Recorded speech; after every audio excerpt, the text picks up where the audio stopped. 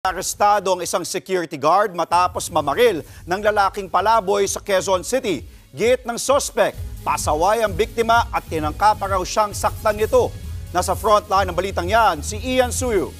Hindi naman lumalaban yung Namimilipit sa sakit ang lalaking yan sa harap ng isang kainan sa Quezon City kahapon.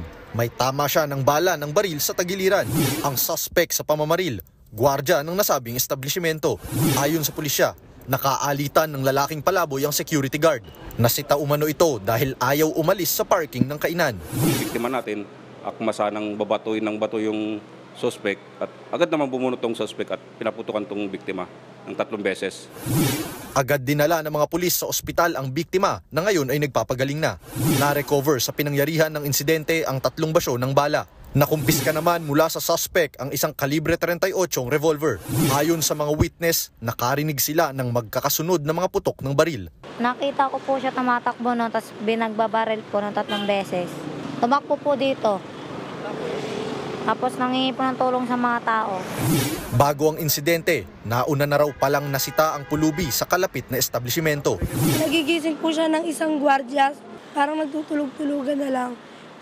Yung ginising ko sa lalaki kong kapatid, parang siya pa pong galit. Kaya po siya lumipat doon sa may kainan.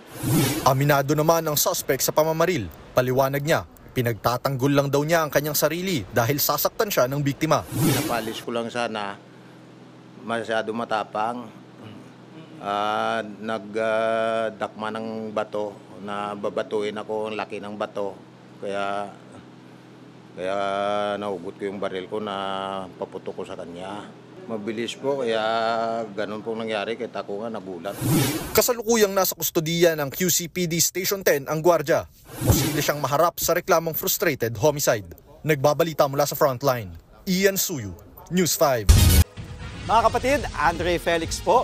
Iba na ang may alam at may pakialam sa panahon ngayon. Para sa tuloy-tuloy na balitaan sa Frontline kahit weekend, mag-follow at subscribe sa social media pages ng News 5.